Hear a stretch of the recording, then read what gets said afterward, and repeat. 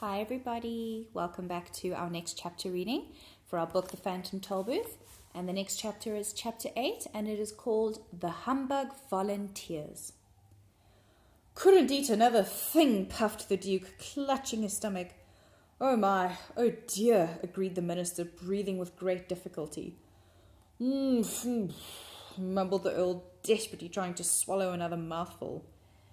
Thoroughly stuffed, sighed the Count, loosening his belt. Flip, grunted the Undersecretary, reaching for the last cake. As everyone finished, the only sounds to be heard were the creaking of chairs, the pushing of plates, the licking of spoons, and of course, a few words from the humbug. A delightful repast, delicately prepared and elegantly served, he announced, to no one in particular.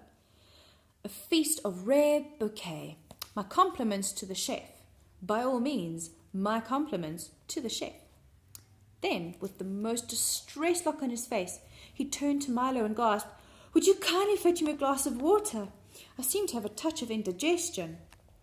"Perhaps you've eaten too much too quickly," Milo remarked sympathetically. "Too much too quickly. Too much too quickly," wheezed the uncomfortable bug between gulps. To be sure, too much too quickly. I most certainly should have eaten too little too slowly, or too much too slowly, or too little too quickly, or taken all day to eat nothing, or eaten everything in no time at all, or occasionally eaten something any time. Or perhaps I should have, and he toppled back exhausted into his chair and continued to mumble indistinctly. "Attention! Let me have your attention!" insisted the king, leaping to his feet and pounding on the table. The command was entirely unnecessary, for the moment he began to speak, everyone but Milo, Tock, and the distraught bug rushed from the hall, down the stairs, and out of the palace. "Royal subjects and friends," continued Azaz, his voice echoing in the almost empty room. "Once again, on this gala occasion, we have..." "Pardon me," coughed Milo, as politely as possible, "but everyone has gone."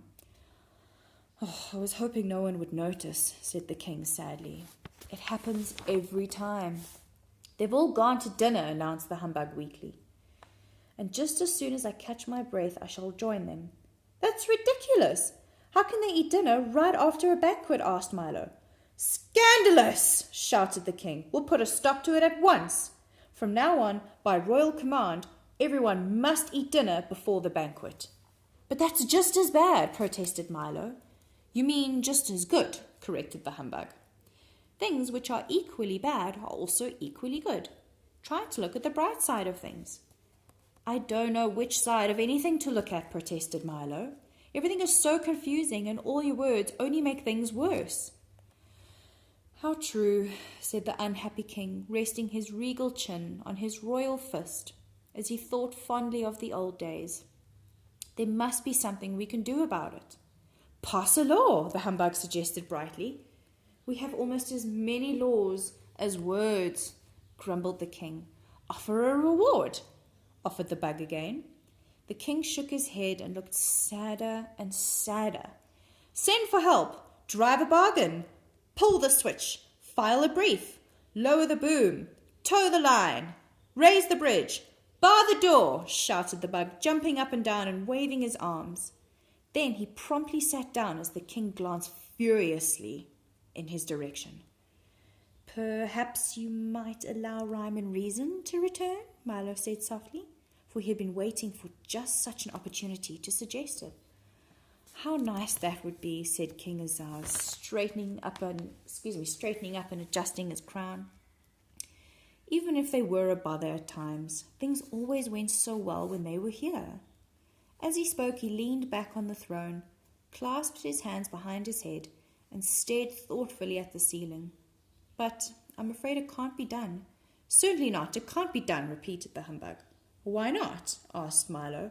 "Why not indeed?" exclaimed the bug, who seemed equally at home on either side of an argument.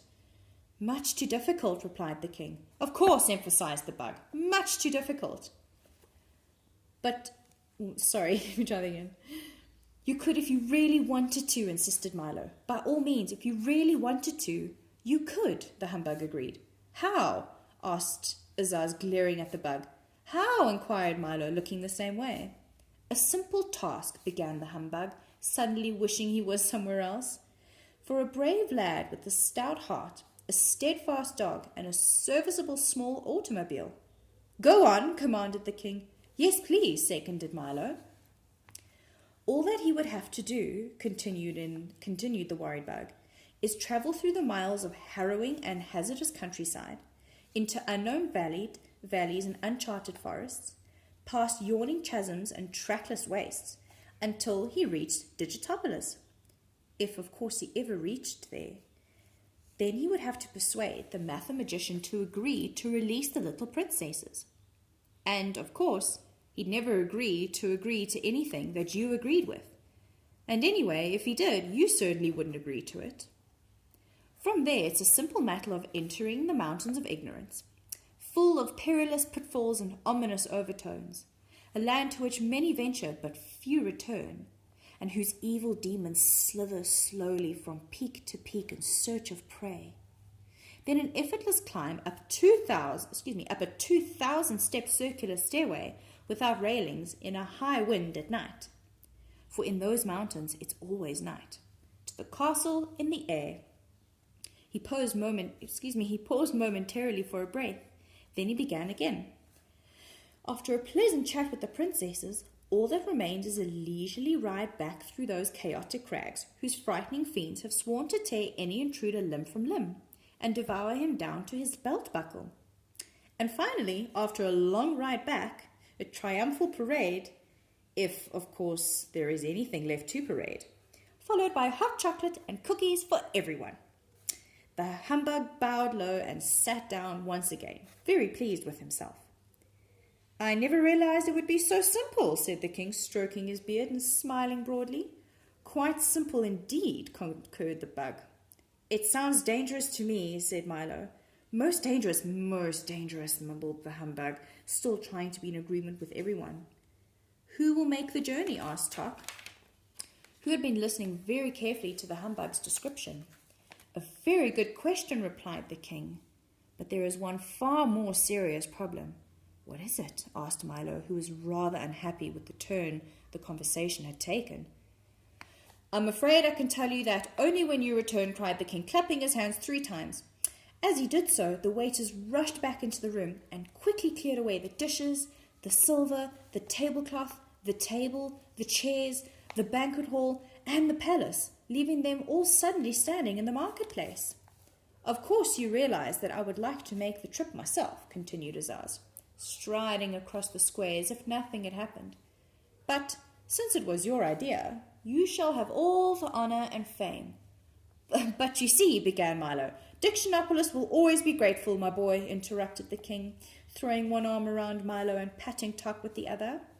You will face many dangers on your journey, but fear not, for I have brought you this for your protection. He drew from inside his cape a small, heavy box about the size of a schoolbook and handed it ceremoniously to Milo. In this box are all the words I know, he said. Most of them you will never need.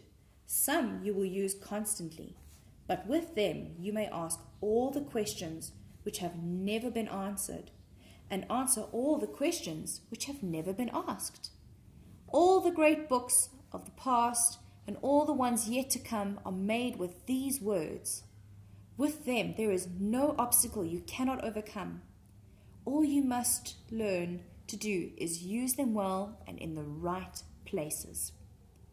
Milo accepted the gift with thanks, and the little group walked to the car, still parked at the edge of the square. You will, of course, need a guide, said the king, and since he knows the obstacles so well, the humbug has cheerfully volunteered to accompany you. Now see here, cried the startled bug, for that was the last thing in the world he wanted to do. You will find him dependable, brave, resourceful, and loyal, continued Azaz. And the humbug was so overcome by the flattery that he quite forgot to object again. I'm sure he'll be a great help, cried Milo as they drove across the square. I hope so, thought Tok to himself, for he was far less sure. Good luck, do be careful, shouted the king, and down the road they went.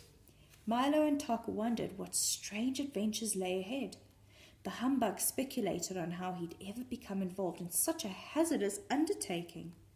And the crowd waved and cheered wildly, for while they didn't care at all about anyone arriving, they were always very pleased to see someone go. And that is the end of chapter 8. Thank you so much for listening, and now you begin your follow-up. Chat soon!